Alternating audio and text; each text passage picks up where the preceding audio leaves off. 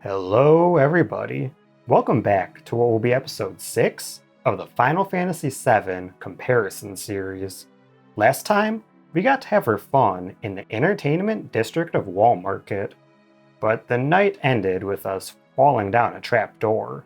So let's pick up where we left off and see where that fall takes us. Before resuming with our team, we get a little cutscene inside the Shinra building. In the remake, it starts with a close-up of the president, while in the original, it starts with Heidegger really taking his time walking in. Are we on schedule? The Turks are on top of it.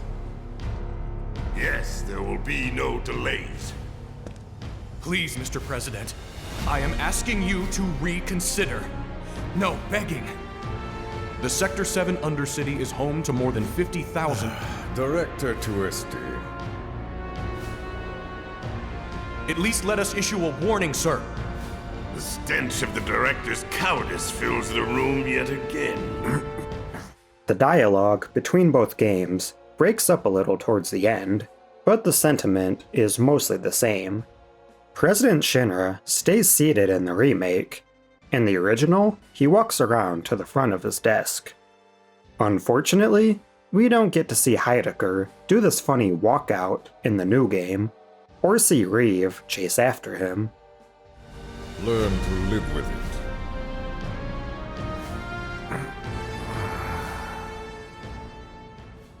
Also in the OG, President Shinra gives away his plan at this point, though we already pieced it all together using the Don's info. Down in the sewers. We see our team fall in the original. In the remake, Cloud wakes up down here, so I'm assuming a bit of time has passed. At this point, we have a decision to make. Who do we wake up first? This choice has some effect in both games. In the original, it counts towards a certain date scene at the Gold Saucer. But since the remake only covers Midgar, this choice will count towards a different scene we'll cover in the next video. The remake only has us wake one up, in which a specific scene will play depending on our choice. But in the original, we wake both, so the girl we end up standing next to is not our initial choice. Here's Aerith. Aerith. Cloud. We have to get to Sector 7. Yeah.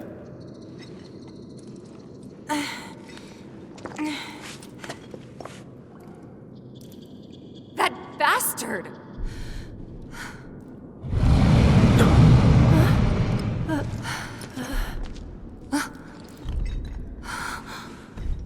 And here's Tifa. Tifa?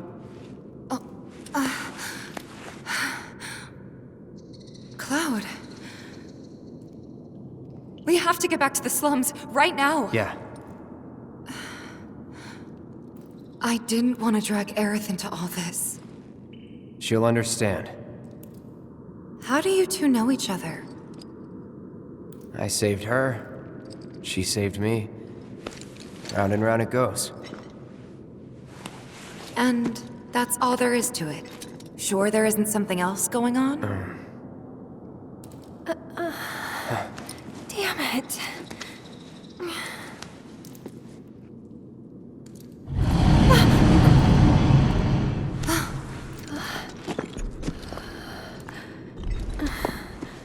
There is a slight difference in the Abzu scene depending on who we chose. With Aerith, we're shown Abzu's left side, and Tifa shouts, You gotta be kidding me. and with Tifa chosen, we see Abzu's right side, and there is no dialogue. Either way, the battle starts the same, and we fight Abzu, as he's known in the new game, or Apps, as he's called in the old. It's an interesting choice having a boss battle at the start of a dungeon, and not the end, but let's check out his moves. His physical attack in the original is Tail Attack. He doesn't use this often in the remake, instead opting mostly for fist attacks. He's got Smash, Bash and Smash, Ground Pound, and Pounce. In the old game, he uses an attack called Lick. Kinda gross.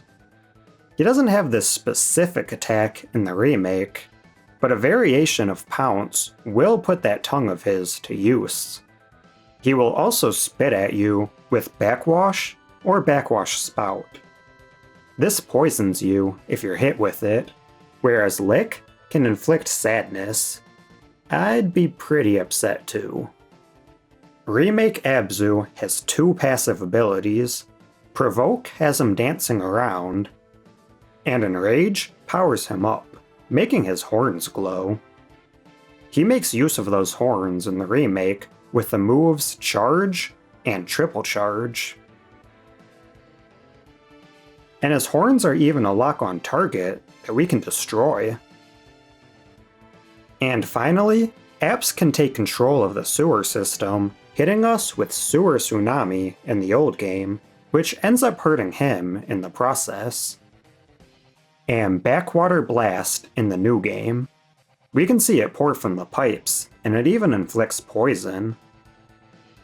But once we wear him down enough, he's defeated. He disappears like any other enemy in the PS1 game, though the remake has him bashing an exit into a wall, then running away. Now, we work our way through the sewers. We start in a square room in the remake, where we fight Abzu, but this same square arena can be seen during the Apps fight in the original. It's just not an explorable location. That hole Abzu jumps out of, I'm assuming correlates to this broken grate in the original. Moving ahead a couple rooms in the remake, we find an L-shaped room, similar to the Sector 6 half of the sewers in the original. Of course, the remake is expanded quite a bit, just like the Sector 4 plate and the subway tunnels, so I'll just point out a few similarities. We've got thin grates in the middle of the waterway, and thicker rounded grates at the edge. There's plenty of ladders to climb up, and also some stone stairs to reach higher levels. We find a potion up here in the OG, and in the remake, we can find a similar looking area with 2 high potions. There's these sewer spouts in both games, both with running water. And it may be a bit odd to discover a working vending machine in the sewers, but the original also has what could be a non-functioning vending machine. Either that, or a refrigerator. Let's move on to differences. The steel materia can be found here in the old game, where in the remake we could have obtained this already from Chadley. A pair of feathered gloves can be found for Tifa. These have no original game counterpart, and they give her the ability Star Shower. The water levels can be raised and lowered in the new game, so we'll use that mechanic a few times while down here. And there's a dark section where we'll have to flip a generator switch, then seek out a skeleton key to proceed further.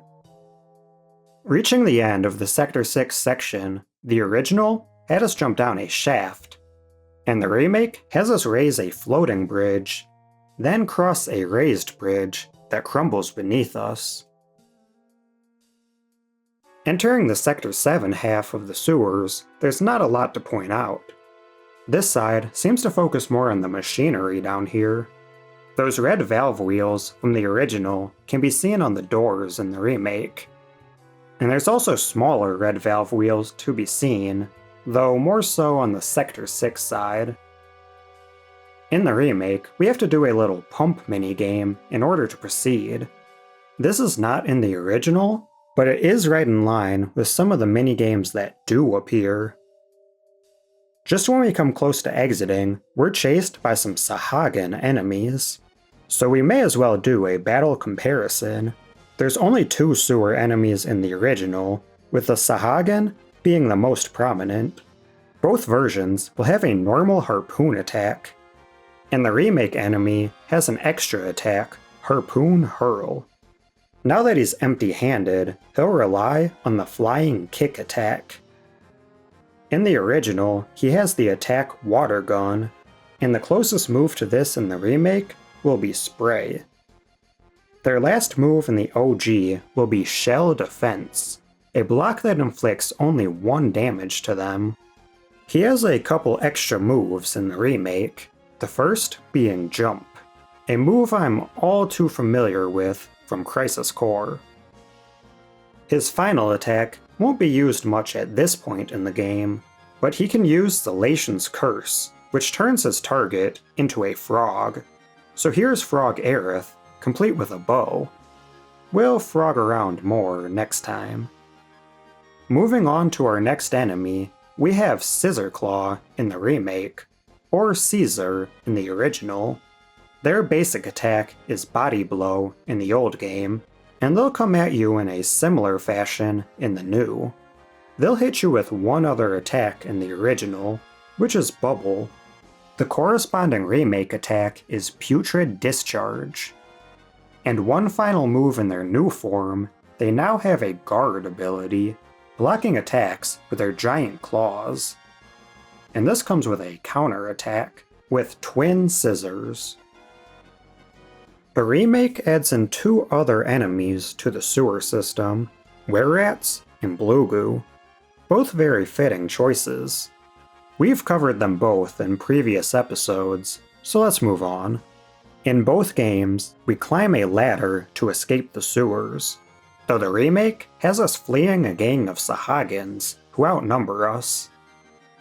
We climb out a square hole in the remake, or a round manhole in the OG. In the new game, we catch a glimpse of a helicopter overhead. Wonder where they're headed. So we find ourselves in the train graveyard, a scrap heap of disused trains that somehow ended up actually haunted. We'll need to head north so we can exit out to Sector 7. Again, this won't be a one-to-one layout, but we can of course point out the similarities. We're given a save point right at the start in the PS1 game, and a bench in the remake. Lots of fencing and shipping containers in the new game, creating walls. Of course, we've got lots of rubble in both games, even a lattice grid girder to block us off. Though most importantly, we have the train cars. They'll act as a barrier, but we can also use them to our advantage by climbing on top to reach further areas, or going inside to cross through the train. Reaching the other side, these large barrel drums are found in both games. The original has items inside that are obtained by inspecting them, and in the remake, there's no items, instead having been lit on fire, providing some light, and I guess heat, from the cold, haunted grounds. There is an important item to be found nearby in the remake. It's the Mithril Rod, a weapon for Aerith. It grants her the ability Ray of Judgment, a sick move. This weapon can be obtained just before this section in the original, being sold at that weapon shop back in Wall Market. Here's how it looks in both games. Making our way through the south section, we reach a new area in the remake. It's the maintenance facility, an indoor labyrinth where we traverse different rooms, floors, and train cars, all aided, or maybe hindered, by some ghosts. Oh yeah, there's tons of ghost graffiti here. Looks real dope how it glows in the dark. These ghosts have some mad drawing skills too. It's a shame we have to take them all out. Alright, I guess we should cover some battles. Our main encounter here will simply be called Ghost. Their main attack will be a scratch, as seen in both games. And they'll also have the ability to cast Fire, or Fira in the remake. The new version also fuses those two attacks together, creating a sort of fiery swipe. Both versions have the tendency to disappear, making it so you can't attack them. But they'll reappear with time. One ability that's similar in both is called Drain in the old game and Animus in the new. Both end up stealing health from the target. And exclusive to the remake, they have Possess, a move that holds you in place while they cast a spell on you. In this case, it's Eroa. These enemies shouldn't be too hard, but there is a pretty cool strategy that gives us the upper hand. Using Cure, a potion, Phoenix Down, or Raise will deal a large amount of damage to these ghosts, or even finish them off entirely. Our other common enemy here will be the Cripshay. They were ugly before, and they're even uglier now. Their basic attack will be Scissors, using their head claws. And their ability will be Dual Spike in the original, and Deadly Spike in the remake. They've also been given an additional move in the new game, Leech, in which they bound you for a short duration while stealing some HP. Moving onward, we have a variation of the Ghost called Ghoul, a remake exclusive mini-boss that phases between attack and magic-prone states. And it will hit you with these moves shown here.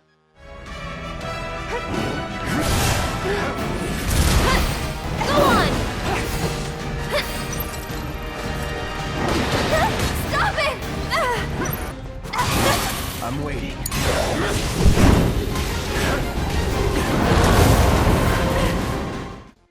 Further on, beyond the maintenance facility, we'll find Cerulean Drake or Deanglow in both games, as well as two additional enemies added here in the remake, Wererat and Lesser Drake. Each of these we've covered in past episodes. The last two don't appear here in the original, but if we come here early enough, before the Reactor 5 mission, we can find some familiar enemies from Reactor 1. With battles mostly taken care of, we head into the northern section of the train graveyard. In the original, we find some curved tracks, possibly used to turn around the train cars. The remake adds in this turntable and calls this area the Switchyard. And just ahead, we can just about see our way out. We'll have a train-moving mechanic in both games, used to bring the cars close enough to climb up and traverse over. We're home free in the original, but not quite in the remake. On our way, we've encountered quite a few ghosts, and not just the enemy. There's ghost children, a ghostly vision of Marlene, and a flashback apparition of Aerith.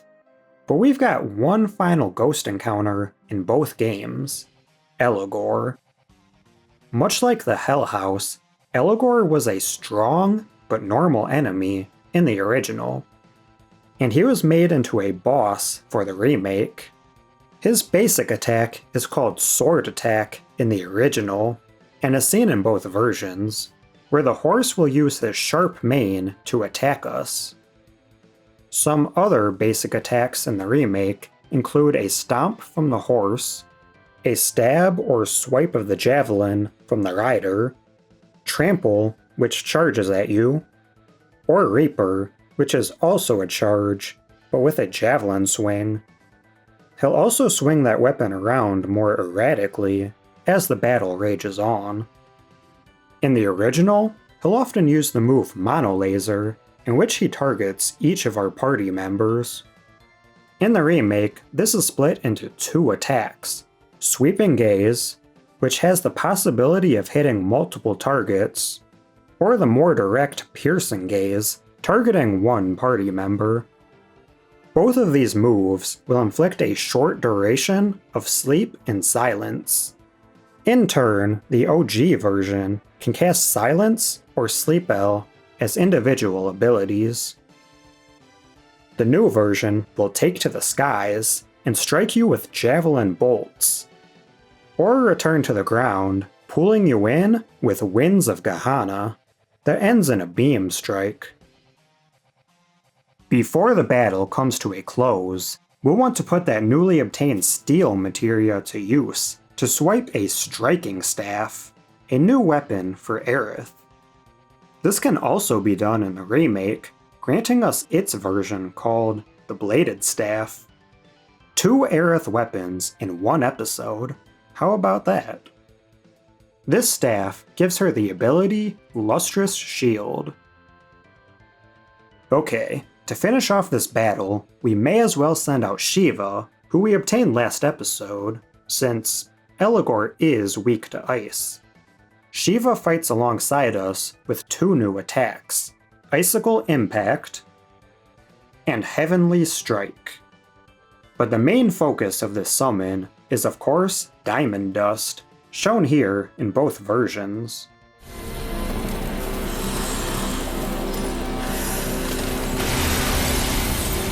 But with Eligor down, we can finally escape the graveyard and head towards the pillar. In the remake, we get a couple early glimpses of the action going down at the pillar, but we still have to make it there.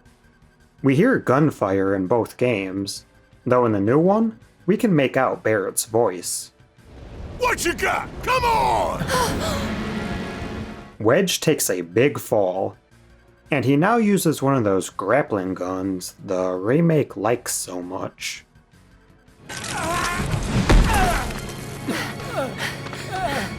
You okay? Cloud! It's Shinra! They're trying to take out the pillar! I know. I have to go back! Barrett and the others are still... Stop. Stay with Wedge. I'm going up. Sure. Aerith tends to Wedge, and Cloud goes on ahead. In the remake, we're barred from going back outside of the fenced-in area. The original game sort of has something similar. When first reaching this area, you have the ability to go back once going through the fence. But if you load your game, or go on ahead, the gate will now be shut, locking you in. The crowd will gather along the fence now, instead of spread out like before.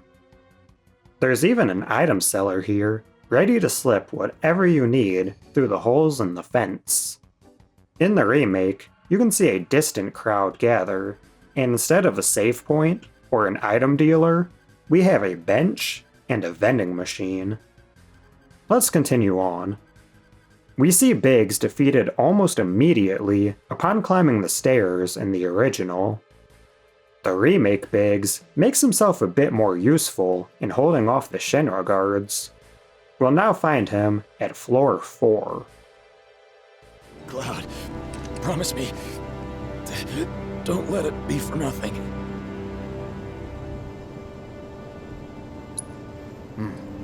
I won't. You're a good man. Giving me that comfort.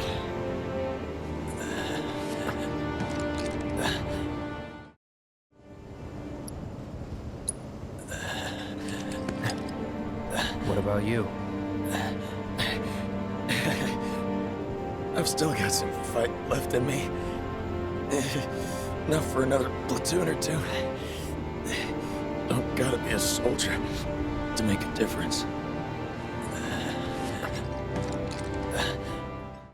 Since Biggs is a bigger deal in the new game, he'll have a bit more to say.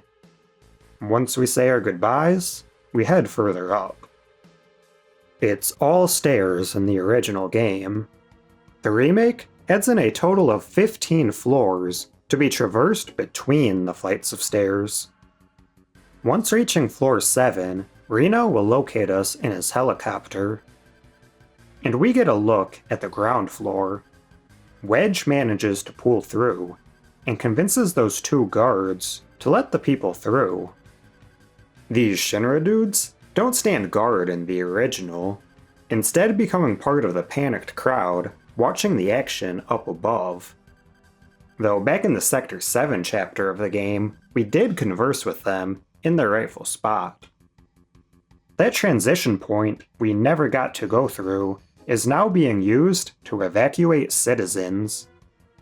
We see some panicked residents fleeing, and some others casually sticking around. The original had the train worker tell us his woes, but he doesn't appear here in the remake. Also at this point in the remake, Tifa will run ahead to catch up with Cloud. She's been with us the whole time in the original. Aerith, there's a bar in the center of town, 7th Heaven. I need you to... Get Marlene to safety, right? It's okay. I'll find her. We'll take control of Aerith as she goes to find Marlene. It's pretty cool to see her perspective now. We know she goes to find Marlene in the original, and we know she's safe once Aerith is captured.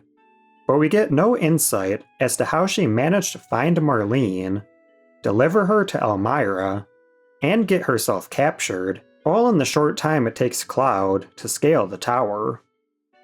Seng intervenes at 7th Heaven, and Aerith makes a deal that she'll go with him in exchange for Marlene's safety. We now check back in with Cloud, where Tifa joins up. Rude will sabotage Reno's firing at Tifa, a neat reference to how Rude will sometimes hesitate to attack Tifa in the original.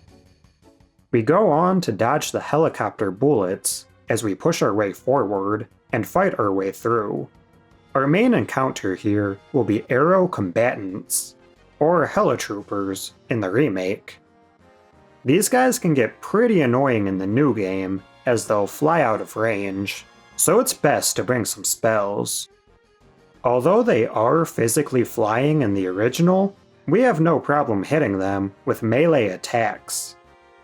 Their main attack in the remake will be a machine gun fire, a ranged attack not in the PS1 game, where their basic attack is kick. This is still seen in the new game, though used much less. They'll use propeller in the original, and prop swipe in the remake. After taking enough damage, their propeller will quit working, and they'll be brought to our level. This happens with a stagger in the new game. Propeller sword will now be their main attack. And in the original, they'll have the ability Sword Rush. That's our only fiends here in the original, but the remake adds in the familiar riot troopers, security officers, sentry guns, and grenadiers. We'll get a short glimpse of Jessie doing her thing before reaching her at floor 13. So, you're the guy who gets to hear my last words. Lucky me. Like hell they're your last. It's okay, Cloud. It's okay.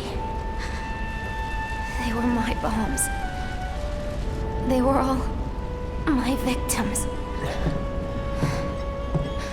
I had it coming. My hero. So gentle. Just try to hang on.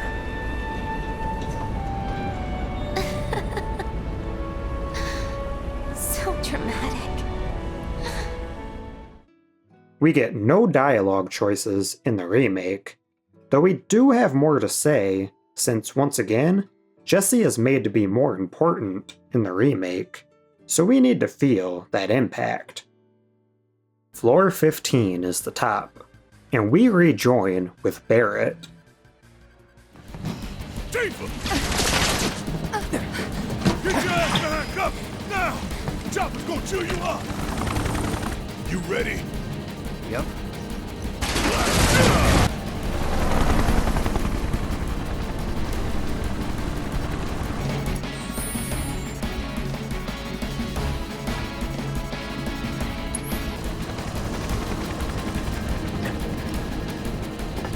You. It's nothing personal, bitch!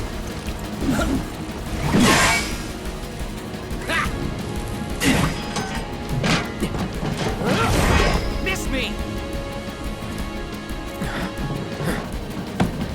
Sorry, losers. Gotta play for keeps today. No time to dick around.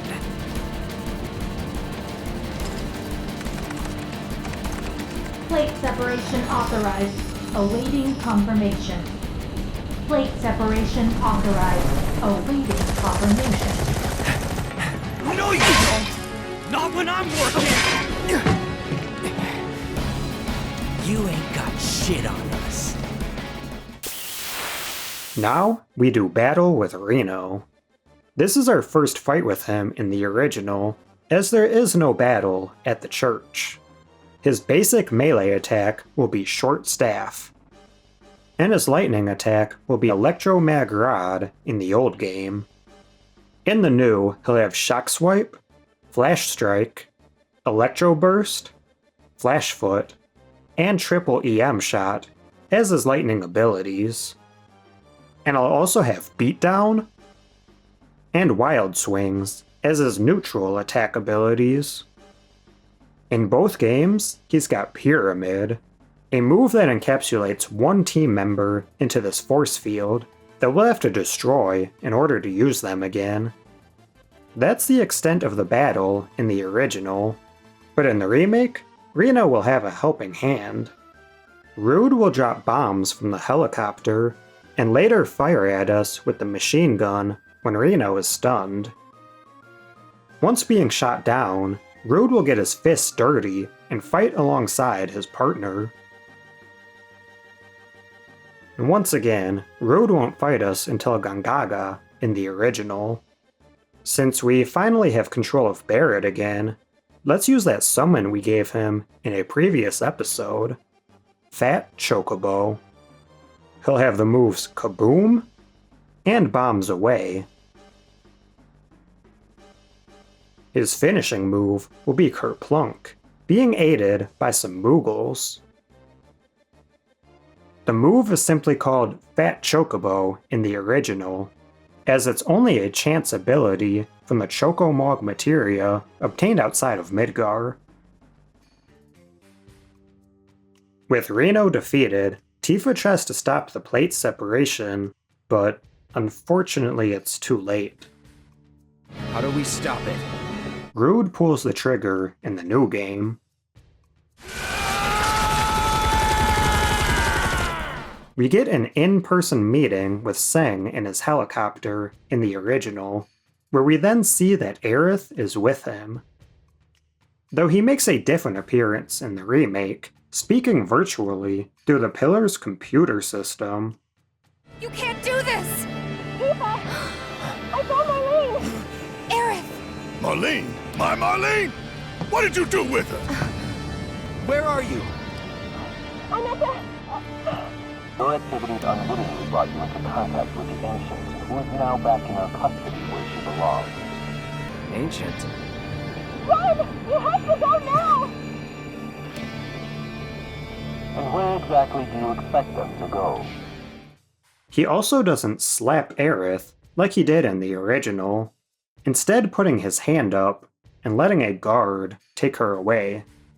Either way, the plate is about to drop.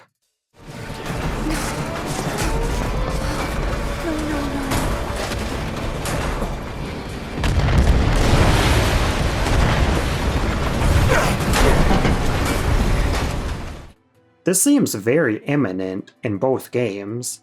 The remake even gave us a timer, though it's just a ruse. We can take as long as we'd like in both versions. To make our escape in the old game, we grab hold of a cable and swing to safety.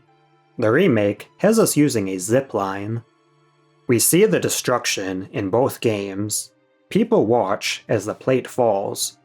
We even see Wedge in the remake. And I really like this shot in the original, through a house's window. Really lets it sink in that this was just an ordinary day for most people who didn't have anything to do with Avalanche or Shinra. The plate falls as one giant slab in the old game, and in the new, it falls in pieces due to multiple explosions. President Shinra watches from the safety of his office. And we even get an early look at Kate Sith in the remake. We blast through that Sector 7-6 gate to Green Park just in time. And we'll end this episode here while we wait for the dust to settle.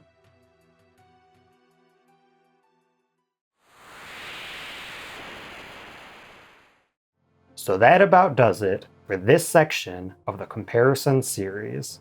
We took a look at 3 different locations that kind of make up one dungeon in the original, expanded to 3 full-fledged areas in the remake. But that really drives home the lengths our team had to go to reach the pillar and try to put a stop to Shinra's evil deeds. Well, looks like it was too late, but the story is far from over for our heroes. Next time, we'll cover the post-collapse world of Sectors 6 and 5, and tie up any loose ends before our final gauntlet. So, I hope to see you there.